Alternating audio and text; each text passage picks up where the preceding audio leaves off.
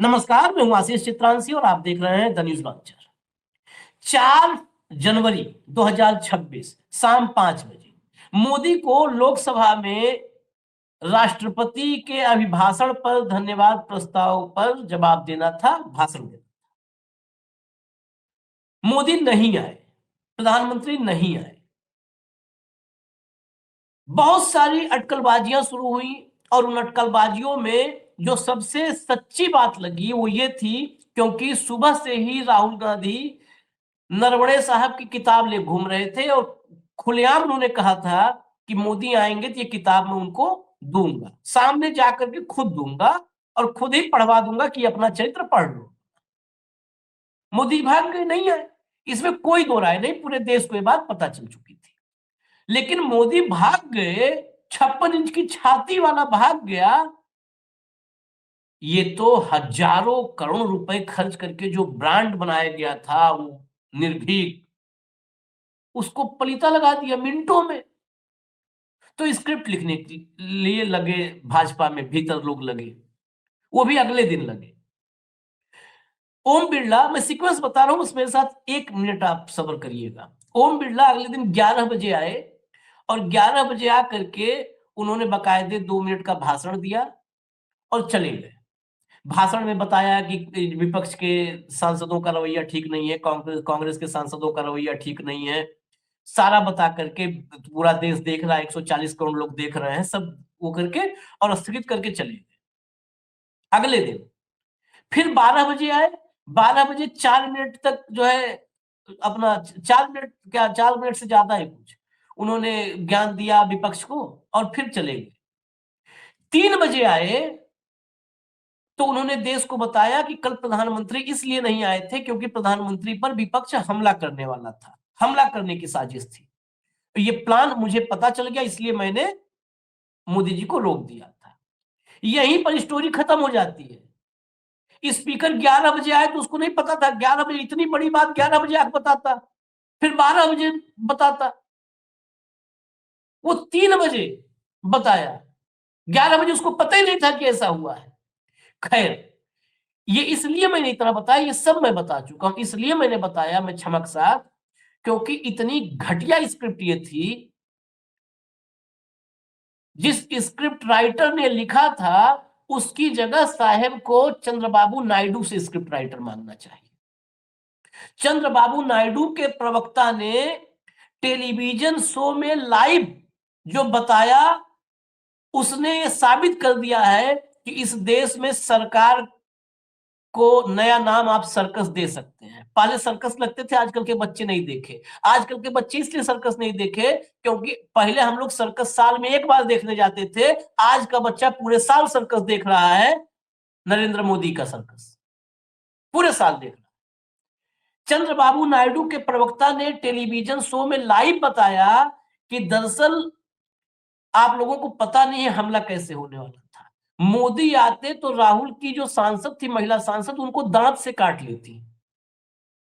अब सोचिए आप, इस पे हंसे रोए, अपना कपाल पीटे, क्या करें।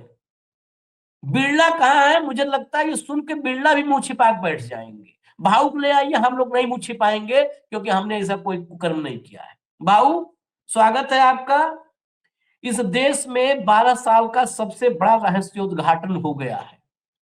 मोदी जी को दांत से काट लेते, दांत काटना कहते, दांत से काट लेते। जरा मैं पहले 2-3 बाइट सुनवा दूं। मोदी की जो सुरक्षा लेकर के बहाना हुआ, उसके बाद कुछ प्रतिक्रियाएं हैं, वो सुना दूं, फिर स्क्रीनशॉट दिखा। जी की सुरक्षा के खतरे का कोई सवाल ही नहीं उठता है। सांसद प्रधानमंत्री पे हमला करेंगे, प्रश्न ही नहीं। ये सोचनी ही गलत है, ये सोच ही अपने आप एक मजाक है। वो भी महिला सांसदों के लिए कह रहे हैं। 1-2 महिला सांसद खड़ी थी तो उनके लिए क्या कभी ऐसा हुआ है या कभी क्या ऐसा होगा? मुझे याद है 2004 में मैं भी राज्यसभा में था, मनमोहन सिंह जी को बोलने नहीं दिया था भाजपा ने। वेल में थी, कागज फाड़े, धक्का मुक्की की, सब कुछ। मनमोहन सिंह जी खड़े रहे, वहीं डटे रहे। तो ये तो विचित्र बात है। इन्होंने शुरुआती जो है ये प्रधानमंत्री को राष्ट्रपति के भाषण पे न बोलने देने की शुरुआत किसने की? भाजपा ने की थी। उन्होंने नहीं बोलने दिया था 2-2 बार उनको, हंगामा करके, और वो तो वहीं डटे रहे। तो ये तो एक बेवजह की बात है, एक मजाक है कि सांसदों से महिला सांसद हमला करने वाली थी। राज्यसभा में प्रधानमंत्री जी ने अपनी बातें रखी। उन्होंने कहा कि उनको लेकर के एक घृणा है कांग्रेस में। कोई उनको लेके घृणा नहीं है, कुछ नहीं है, पूरा प्रेम और सद्भाव है। लेकिन ये कहना कि उनकी कब्र खोदने की बात, कांग्रेस नेतृत्व कभी ऐसी बात करते नहीं, किसी की कब्र खोदने की बात करते ही नहीं है। इस तरह की घिनौनी बात कर ही नहीं सकते हैं। कहीं कोई छोटा मोटा कार्यकर्ता किसी दल का कुछ कहे, उसको कांग्रेस नेतृत्व से जोड़ देना बिल्कुल गलत है। कांग्रेस नेतृत्व का सोच ही नहीं है। हम तो उनके स्वास्थ्य की भरपूर कामना करते हैं। चलिए, ये अभी कबर वाला भी दिखाई देंगे। अगली बाइट लाइए। ये पहले सिक्योरिटी देख लीजिए, सिक्योरिटी बहुत बड़ा खतरा हो गया है मोदी जी के। We are Vishwaguru. Our Prime Minister is 56-inch chest man, and he can confront even घर पे घुस के मार सकते हैं पाकिस्तानियों का। ये क्यों ऐसे ड्रामा करते हैं? Why they are spreading these kind of lies? You have to understand it. Lok Sabha is a place where he is elected. He is one of those members. What this they are blaming Sanjana Jatav like MPs, scheduled caste women MPs. What they are why they are stooping to this level? If Prime Minister is afraid to come to Parliament, Lok Sabha, that is okay. Because we will ask question, we will ask this, that is okay. Giving a reason is not giving a reason is a different thing, but to spread lies is unacceptable to things. We are very clear that Prime Minister is under tremendous pressure. Prime Minister is compromised.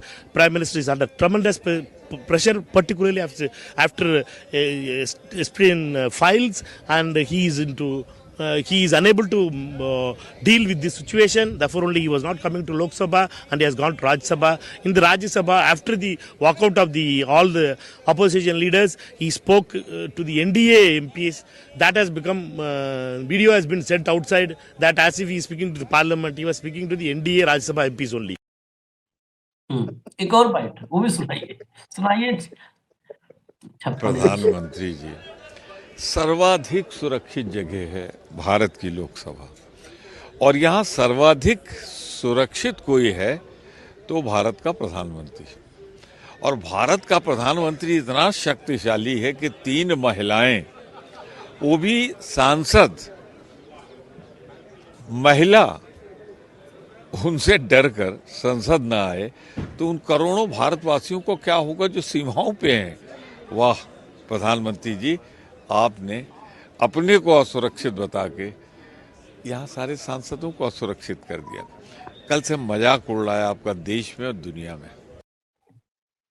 अब आते हैं उस खबर पे, एक एक करके photo दिखा दीजिए। ये टाइम्स नाउ की डिबेट थी, और टाइम्स नाउ की डिबेट में एनडीए की तरफ से आजकल तो आप जानते ही हैं, आप तो टीवी पे इतना बैठे, अब छोड़े हैं धीरे धीरे, नहीं तो वहां पर एक ही विपक्ष का होता है, बाकी एंकर से लेकर के सब मोदी के पक्ष के होते हैं। तो वहां पर टीडीपी, भाजपा सब ऐसे बैठे हुए थे पूरा। तो टीडीपी से दीपक रेड्डी बैठे थे। उन्होंने क्या कहा, जो एंकर ने कहा कि कांग्रेस सांसद नरेंद्र मोदी पर फिजिकली हमला कैसे करेंगे। पत्रकार ने कहा इसी पर कि भाई हमले की बात हो रही है, कैसे फिजिकली हमला करेंगे। तो प्रवक्ता दीपक रेड्डी ने कहा, महिला सांसद संसद में नरेंद्र मोदी को अपने दांतों से काटने का प्लान बना सकती है। दांतों से काटने का प्लान, ये आज इस वक्त हम सुना नहीं सकते, खाली उसकी क्लिप है वही प्रॉपर्टी, नहीं तो पूरे देश में इस वक्त की सबसे वायरल खबर है ये। चलिए आगे चलिए, ये आगे बढ़िए। रोशन राय, इन्होंने सबसे पहले क्लिप को ब्रेक किया। Breaking news, massive claim NDA spokesperson, Congress women MPs wanted to bite Modi with their teeth in Lok Sabha, that's why he didn't come and give speech, Indian politics is not for beginners. चलिए आगे चलिए, अगला। NDA प्रवक्ता का कहना है कि लोकसभा में कांग्रेस की महिला सांसद मोदी को अपने दांतों से काटना चाहती थी, इसलिए वह भाषण देने नहीं आए।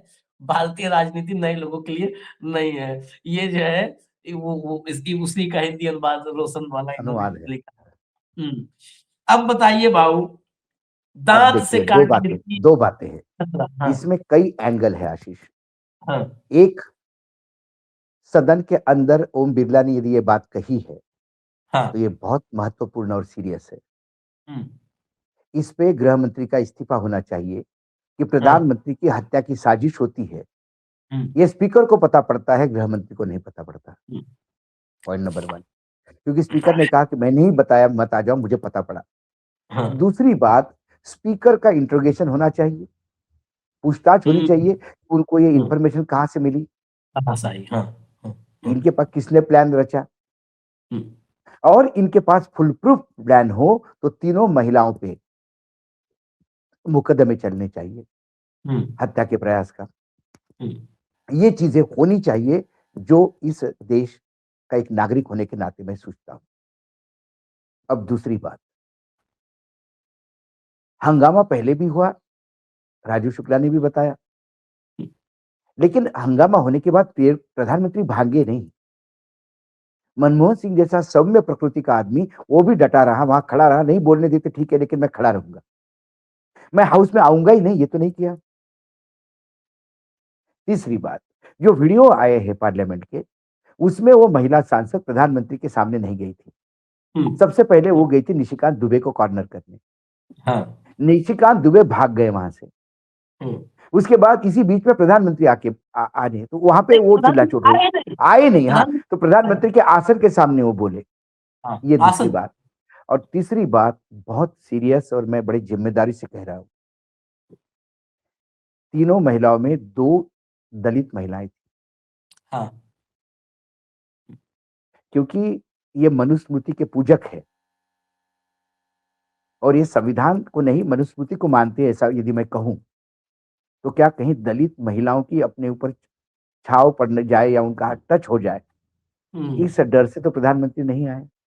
हम्म, तीसरी बात, बार बार नारी शक्ति, लाडली बहना, मातृशक्ति की बात करने वाले प्रधानमंत्री, वर्षा गायकवाड़ तो उनकी बेटी जैसी है, हम्म, उनसे उनसे डर गई, अपने बेटी से डर गए, बेटी ही बाप का हत्यारा बन गई, ये मानना है आपका? ये 2004 आगे के विजुअल है बाबू, मनमोहन सिंह खड़े हैं 2004 पीछे। के मनमोहन सिंह खड़े हैं और ये लोग सब हंगामा कर रहे हैं। हम्म, ठीक है, आगे और बताता हूं मैं आशीष आपको, इसका एक एंगल और है। हम्म, ये जो बिरला जी ने कहा कि ये हम्म, 3 महिलाएं हत्या करने वाली थी, प्रधानमंत्री को नुकसान पहुंचाने वाली थी, हमला करने ये वाली, हाँ, बोल हमला करने वाली थी, ये बोलकर वर्षा गायकवाड़ और बाकी जो अन्य महिलाएं हैं, इनके मतदाताओं का घोर अपमान है कि उन्होंने हत्यारों को भेजा है पार्लियामेंट में। घोर अपमान है। इसके पहले भी अटल जी थे, तब भी बोला नहीं दिया जाता था। अरे इंदिरा गांधी को भी नहीं बोलने दिया गया, कई बार हंगामे हुए, लेकिन कोई सदन छोड़ के नहीं भागा। नहीं, ये तो नॉनसेंस है भाऊ, तो सदन नॉनसेंस। छोड़ के इसलिए नहीं भागे, मोदी जी भगोड़े नहीं है, मोदी जी 56 इंच वाले हैं। ये बिरला जी का इंट्रोगेशन जरूर होना चाहिए कि उनको ये केस खुलना चाहिए। ये प्रधानमंत्री की हत्या की साजिश बहुत बड़ी बात है आशीष। ये तुम्हारे मेरे जीवन का, भाई हमारे प्रधानमंत्री है वो, भारत की अस्मिता की कल क्या छपेगा विदेश में कि प्रधानमंत्री भारत का अपने ही सदन में असुरक्षित घर में से निकला नहीं बाहर। और ये कोई आयरा गहरा नत्थु खैरा, उसने दांत से काटने वाले बात को तो चलो मैं जोक मान लेता हूं उसको, वो प्रवक्ता ही है। ये तो स्पीकर है सदन में, सदन के, भाई संविधान, आपने संवैधानिक में राष्ट्रपति उपराष्ट्रपति के बाद स्पीकर आता है पार्लियामेंट में, तीसरे नंबर पे प्रधानमंत्री स्पीकर के नीचे आते हैं पार्लियामेंट के प्रीमाइसेस में। पूरा पार्लियामेंट का इंचार्ज है स्पीकर, और यदि उनके पास ये इंफॉर्मेशन है तो इस इंफॉर्मेशन की तहकीकात होनी चाहिए।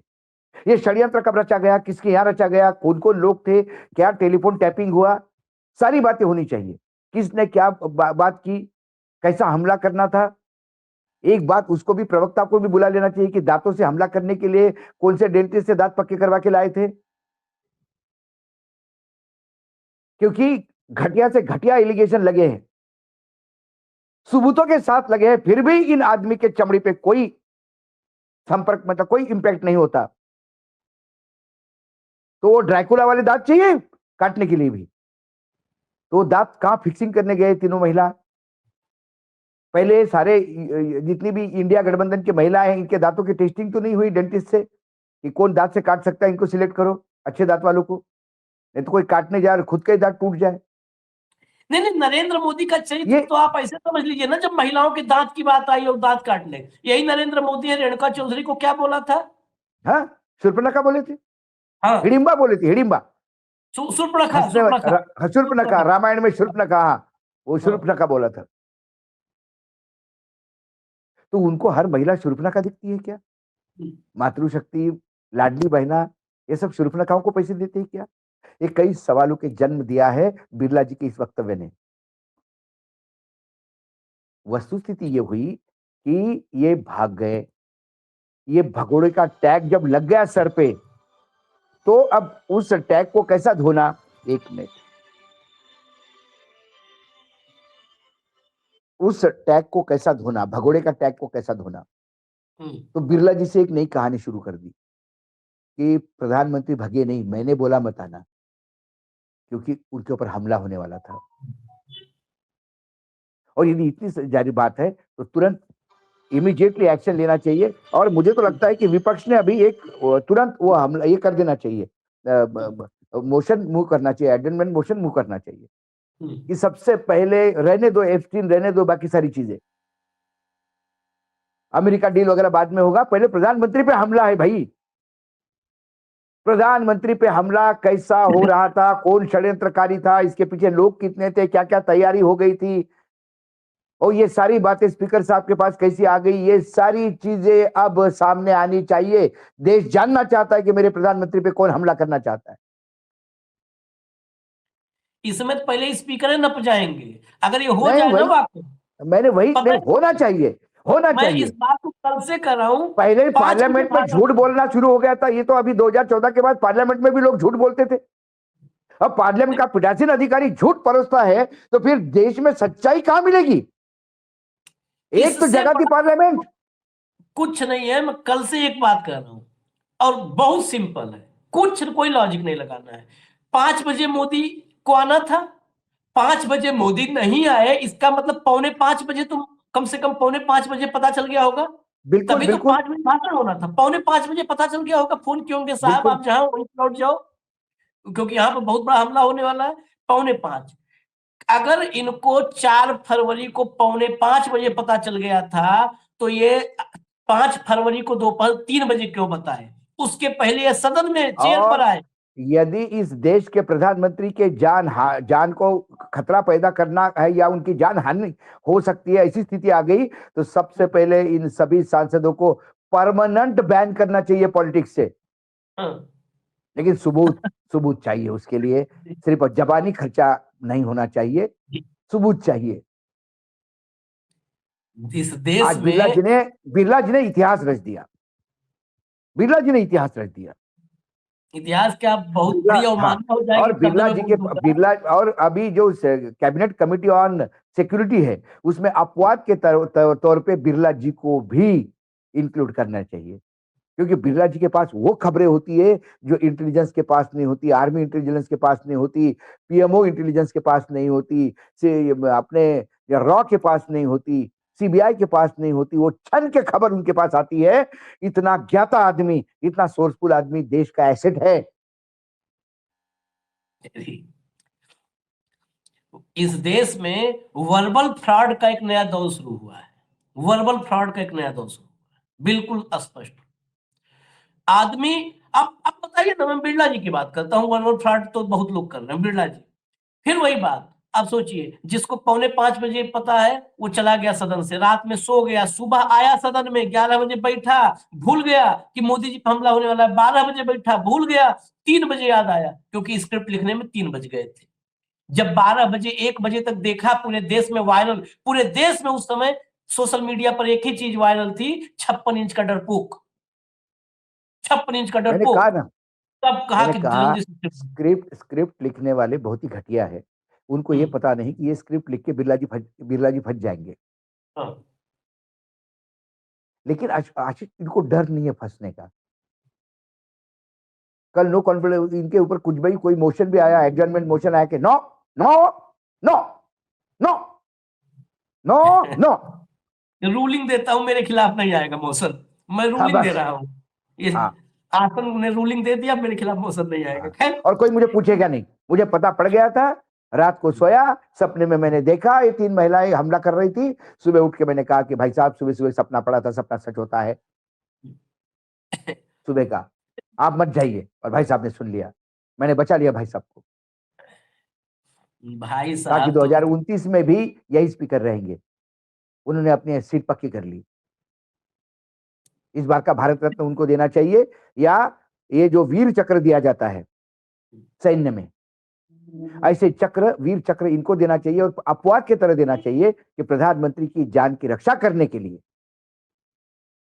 नहीं, चक्र तो सबको मिलेगा, बस एक बार वक्त का चक्कर घूम गया ना तो चक्र सबको मिलेगा। बस वक्त का चक्कर एक बार घूम जाए, बस इतना इंतजार करिए, चक्र तो सबको मिलेगा।